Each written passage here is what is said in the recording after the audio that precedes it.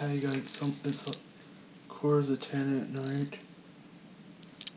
As you can hear, the wind is still howling out there. Woke up at 7 this morning. There was no wind at all.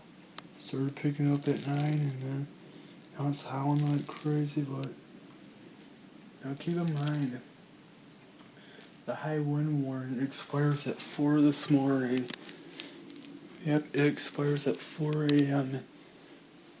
They say winds are supposed to die down a little bit at midnight, but not really, but the warning expires at 4 a.m. So I think they'll be dying down by 4 or 5 a.m. I don't expect any power going out because it hasn't gone out all day, so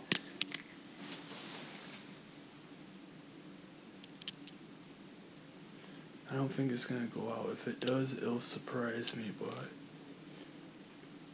I don't think it's gonna go out though. I will be going to bed shortly, so bye for now.